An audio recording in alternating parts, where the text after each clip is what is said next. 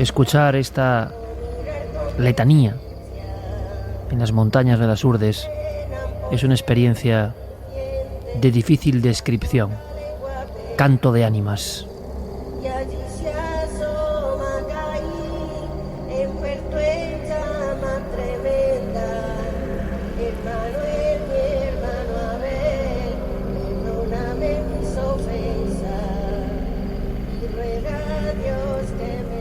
Un viejo cántico medieval, Caín y Abel, las ánimas envueltas en llamas, con capacidad de aparecerse. ¿De dónde vienen estos sonidos? ¿Por qué en cierta comarca de Extremadura reposaron durante siglos? ¿Por qué unas noches muy especiales salen al aire de la madrugada y encogen el alma de cualquiera que pueda presenciarlo?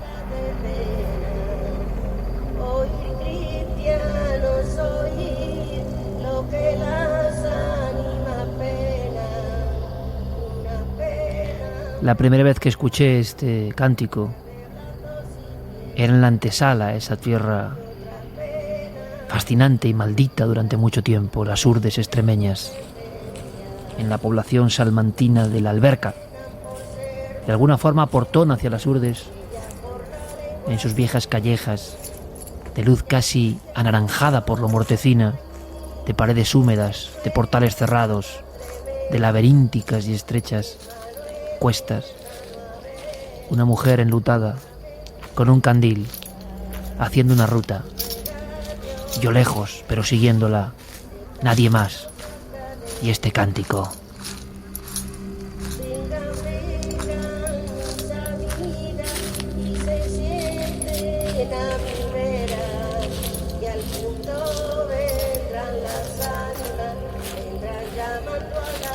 Y la voz de la anciana pequeña, enlutada, caminando ágil a pesar de la edad. La voz, como digo, va pintando cada muro hasta llegar a un sitio, una especie de cripta, donde hay dos calaveras empotradas. Ahí acaba el rito, ahí se apaga el candil, ahí se santigua la mujer, ahí uno está en paz con las ánimas del purgatorio.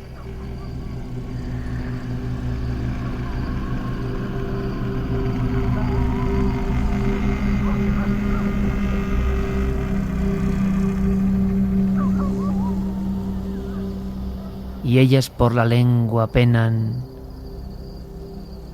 maldicientes, allí se asoma Caín, hermano Abel.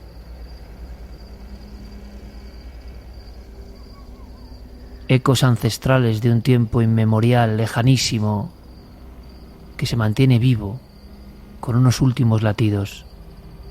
El canto a las ánimas es una forma de protección, una forma de tener a esos seres del purgatorio en los que se cree a disposición o casi como escudo contra el mal. Aunque estas mismas ánimas que aquí se cantan en la Alberca, si vamos unos kilómetros más allá, hacia los pueblos de Camino Morisco, Nuño Moral, La Fragosa, Martín Andrán, El Rubiaco, La Batoequilla, Las Mestas, Río Malo, un mundo que fue un universo perdido dentro de España y desconocido, perteneciente a el Duque de Alba, y que hasta el siglo XVIII tuvo personas que creían ser solas en la tierra, que su mundo era diferente al mundo conocido. Esto ha sido siempre un paraíso maldito, un vergel, donde se han mantenido tradiciones increíbles, y la de las ánimas es una de las más potentes, evidentemente. Cuando estuve investigando muchos años supe que tenían razón. Había argumentos para creer que las ánimas no eran solo una canción, estaban ahí. A veces, algunas veces y algunas noches, sencillamente se aparecían.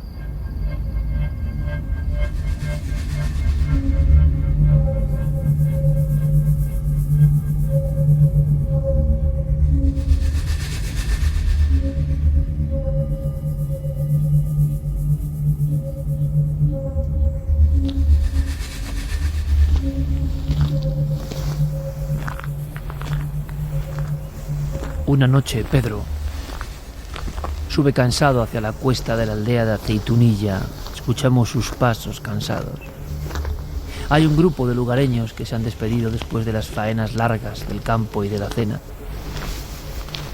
Pedro va con camisa blanca, pantalón de pana, mocasines. Hace ya un poco de frío porque está entrando la veta del otoño. Tiene un bigote poblado, un reloj de oro. Ha pasado años en Suiza, conoce el mundo, pero le gusta venir a su pueblo. Ahora bien, cuando sube por la cuesta de Aceitunilla, en un lateral del camino, le cuesta mirar hacia el cementerio.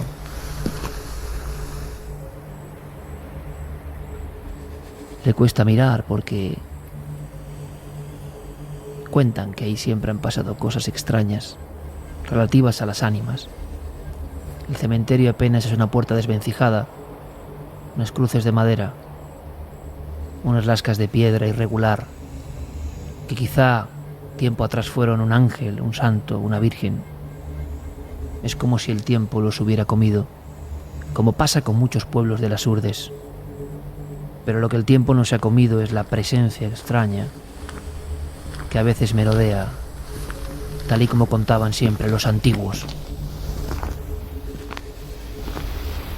Y aquella noche y no otra, precisamente aquella noche, Pedro, al tomar la curva que pasa justo al cementerio, sintió un escalofrío que le obligó a pararse en seco. Sacó un paquete de tabaco del bolsillo. Lo prendió con el mechero. Exhaló el humo. ¿Realmente estaba escuchando eso?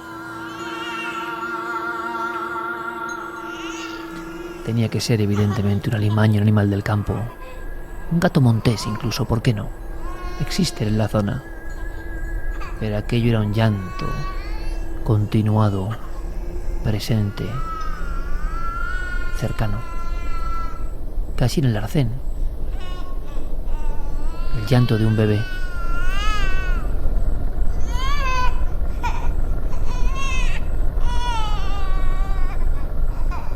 Nuestro atribulado amigo no sabe muy bien qué hacer. Si seguir ascendiendo por el camino hacia su propia casa y estar seguro, o apiadarse del niño que llora. Es entonces cuando ve algo parecido a un saco blanco. Una bolsa quizá. Sí, una bolsa enganchada en los matojos cerca del cementerio, y se acerca por la bolsa.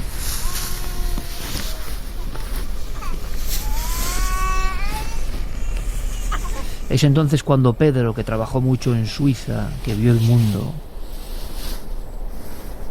que de alguna manera se enseñorea con los compañeros de camada, de generación, de quinta, que no han salido del pueblo, de todo lo que él sabe. Es el momento en que Pedro vuelve a ser Pedro el jurdano, el de siempre, el crío, el que oía las historias. Y vuelve a ser el crío, vuelve a ser el niño asustado. Porque esa bolsa no es exactamente un recipiente. Esa bolsa es más bien una sábana perfectamente doblada, una sábana que tiene un niño dentro. Y el llanto atraviesa los oídos. El llanto es desesperado. Alguien ha abandonado un niño tan blanco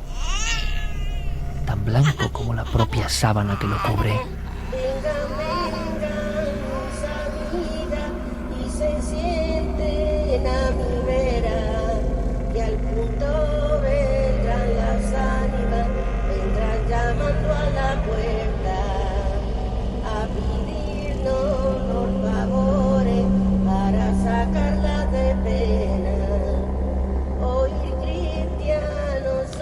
La historia que pasó a continuación es mucho más sobrecogedora que un canto de ánimas.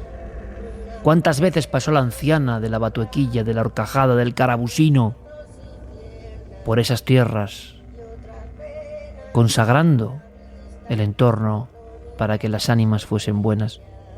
A pesar de eso, en ese esquinazo hay un niño muy blanco, muy pequeño, y llora.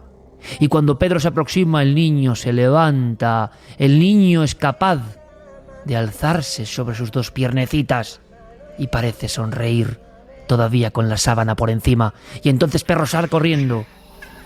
Sale como alma que lleva el diablo. Sale con el corazón en la boca. Y el llanto es una risa malvada. Una risa terrible que queda allá abajo, como si no pudiera alcanzar a su víctima.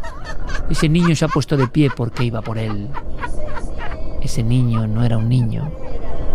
A ese niño le vio la cara perfectamente.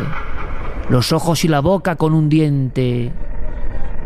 Ese niño salía de la carretera para atraparle.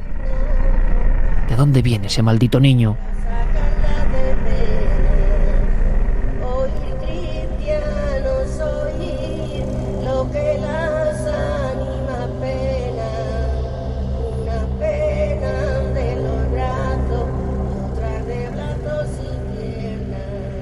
En el pueblo del Cerezal, a unos cuantos kilómetros, serpenteando entre montañas, entre los valles más estrechos de Europa habitados. Ahí los niños de antaño sabían también de las historias de las ánimas, pero había nombres y apellidos. Había personas de carne y hueso que no eran leyenda ni habladuría. Más de una vez, dando un manotazo en la mesa, me dijeron nombre, apellido, edad. Aquí estoy yo para contar lo que vi.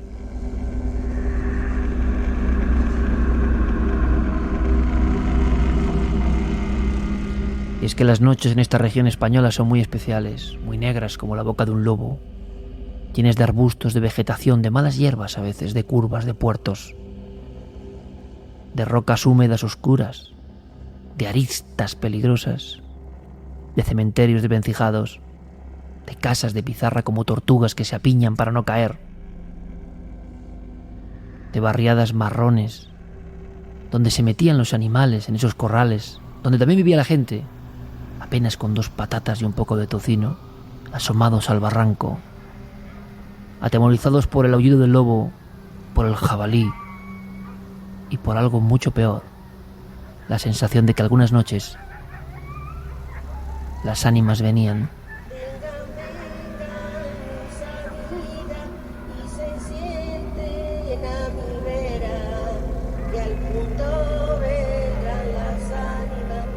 una tarde, llegando ya la noche al pueblo del Cerezal.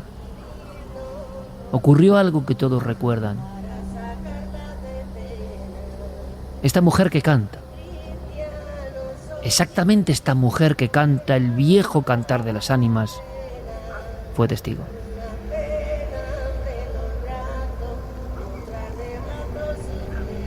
En el pueblo hubo una muerte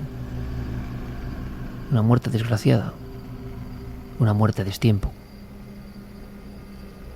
Contaban que en la cama del difunto, en plena noche en el Cerezal, en una de las últimas casas donde ya el pueblo pierde su nombre y es solo oscuridad, tocaron 3 veces a la puerta. Y alguien, en el velatorio, entre los rezos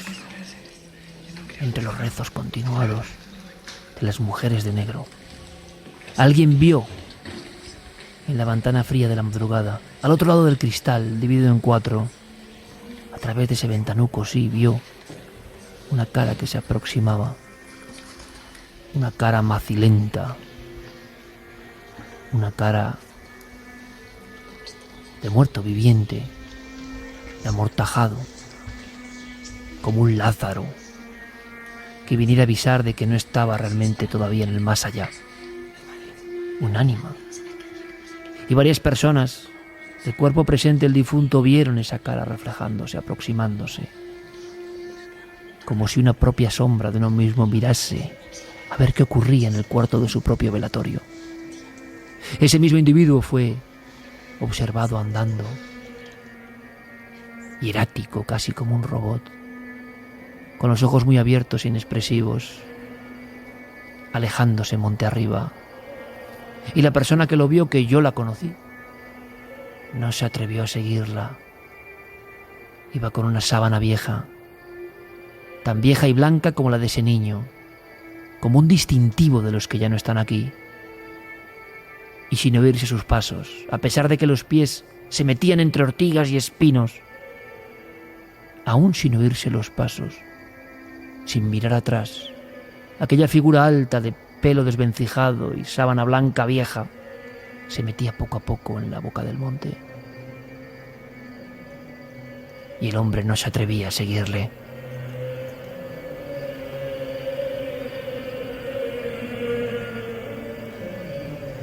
Poco tiempo después de esa muerte, de esa extraña aparición, imaginación, sugestión, esa cara del muerto en la ventana, ocurrió algo en esa misma calle.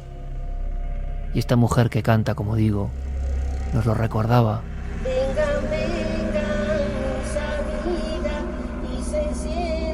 Por algún motivo, quizá por un crimen, quizá por una muerte sospechosa, quizá por algo que nunca se resolvió, quizá porque algunas ánimas claman.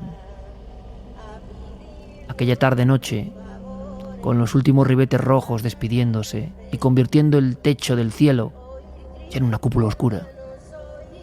En ese momento, viniendo precisamente de la boca del monte, poco a poco, como un aire, se empezaba a escuchar algo que allí en ese pueblo, cuando se refieren a él, lo llaman, lo bautizan con un nombre muy expresivo: el llorio.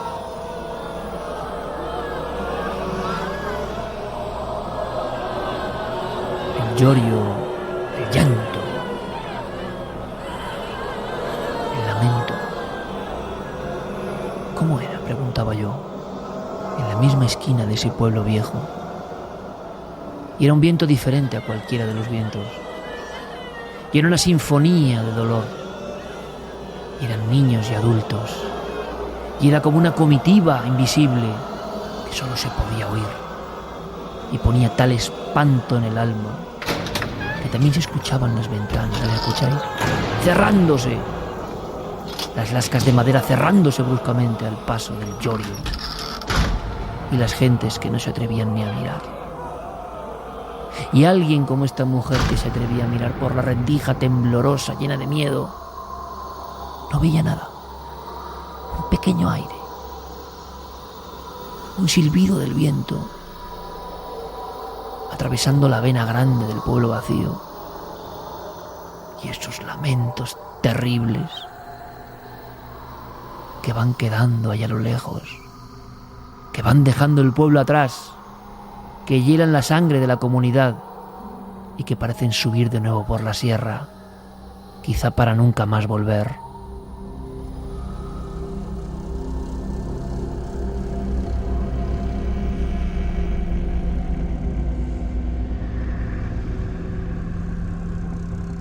Las noches de ánimas en esta región de España y en otras son la última ventana precisamente para asomarnos a un vergel antropológico, a una cultura sobre la vida y la muerte de la que ya se sabe muy poco.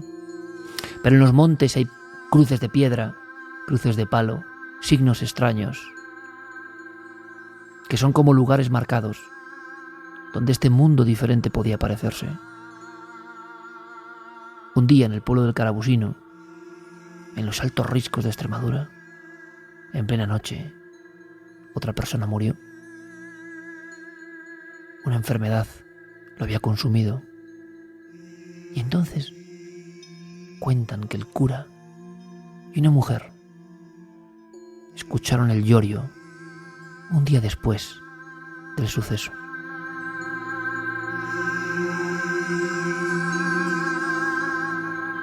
Y cuentan que intentaron saber de dónde venía aquella especie de lamento, que no eran cosas de las abuelas ni las bisabuelas, de las viejas que tanto inventan. No, estaban oyendo el llorio. Estaba concentrado en un punto del pueblo, como suele ocurrir, como un mensaje. La mujer cayó de rodillas, el cura se santiguó, le puso la mano en el hombro y asistieron a una extraña escena. Se escuchaban los cascos de un caballo, poderoso, un caballo oscuro que bajaba, un caballo negro como la noche, que poco a poco, que muy poco a poco, Iba girándose para observarles. ¿Qué hacía ahí ese caballo aparentemente salvaje? ¿Qué hacía ahí ese animal majestuoso? Era muy lejos. Al observar bien, los dos testigos se dieron cuenta de que el caballo llevaba a su jinete, un extraño jinete. Una especie de sombra. Una especie de enlutado. Un hombre con una coraza, con una sábana que hacía imposible verle la cara. Estaba ahí detenido, con el bramido del caballo poderoso, como un vapor que salía de la nariz. El cura y la mujer no saben qué hacer, aprietan los dientes. Pero es algo que da miedo. Es un forastero que nadie conoce. Está a unos 200 metros. Y todas las calles, todas las casas que separan a los testigos vivos de todo esto, callan, cerrados en sí mismos, como sabiendo que hay que guardar el secreto cuando lo extraño ocurre. Y el sacerdote, que es joven, que ha venido de las tierras de Plasencia, grita al aire de la noche: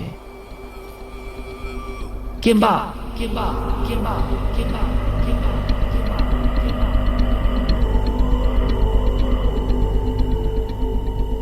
Y el quién va viaja como un eco que rebotase en cada muro de humildes casas que forman la pequeña calle mayor. Pero el caballo no se mueve y el jinete es solo un óvalo negro. Parece realmente un caballero que ha venido del Averno a vernos. Eso es lo que piensa la mujer, que ya no se atreve a mirar y se clava las uñas en las palmas de las manos de tan juntas que las tiene que está rezando. ¿Quién va? Repite el sacerdote. Y entonces nos contaron que una voz indescriptible, una voz tan ronca que es imposible siquiera de imaginar, avanzando grave, pesada, partió de aquel jinete, de aquella circunferencia oscura, con un mensaje muy claro: gente de muerte.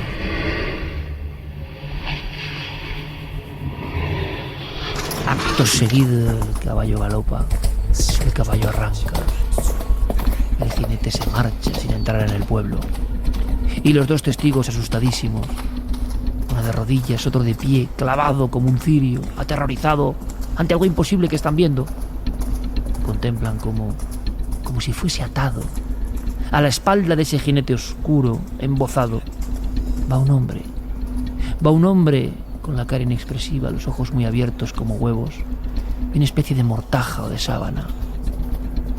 Lo lleva atenazado con una especie de cuerdas. Se lo lleva al otro mundo como si fuera un caronte, como si fuese a atravesar la laguna Estigia entre la vida y lo otro.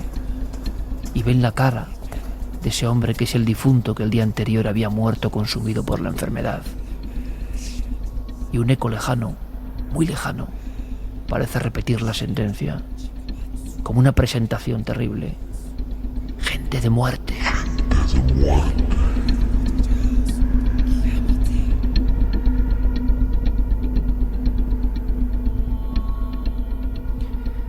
En esta tierra, entre las provincias de Cáceres y Salamanca, muchas cosas de este tipo han ocurrido. Lances con lo insólito, con una riqueza antropológica como no hay en ningún otro lugar de España y quizá del mundo. Las circunstancias concretas de las urdes descubiertas realmente para la sociedad general ya en el siglo XVII convirtieron estos valles y estas montañas en un lugar aislado en sí mismo, unas tierras sin descubrir dentro de España. Cuando llevaban 300 años descubiertas las tierras americanas, había un corpúsculo, había un círculo, había un espacio que nadie conocía, por lo intrincado que era y porque solo eran fincas de caza, pero ahí había pueblos y gentes. Esos pueblos y esas gentes guardaron cánticos, guardaron códigos, guardaron formas de relacionarse con lo otro, guardaron algo de prehistoria dentro de ellos mismos, guardaron unos códigos que nadie entiende ya, guardaron una forma de creer que la muerte no era el final, guardaron un diálogo permanente con cosas que ya no creemos.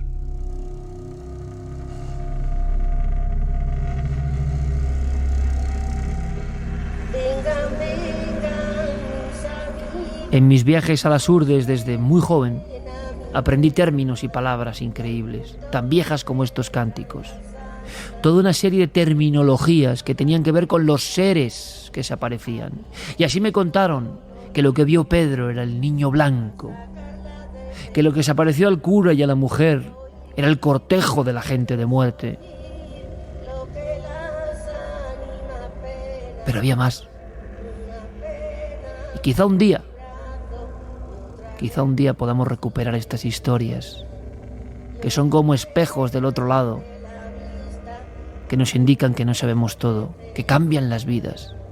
¿Cuántos pastores, cuántos viajeros en la noche, marcados para siempre por el macho lanu, la chancalaera, el pelo jáncano, el tío del bronci?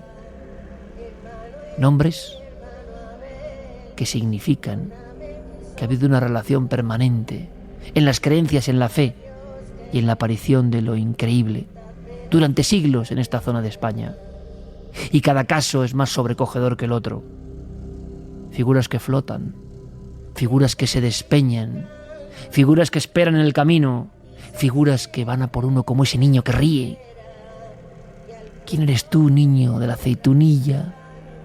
¿Qué haces con tu sábana? ¿Te has aparecido más veces? ¿Desde cuándo y hasta cuándo? ¿Por qué en el camino? ¿Por qué intentando como una sirena hipnotizar con tu llanto y que alguien se acerque? ¿Quién es el cortejo de gente de muerte, un jinete? ¿Que de dónde viene y a dónde va? ¿Y a quién te llevas, jinete? ¿A quién te llevas a lo negro de la sierra? Cortejo de gente de muerte.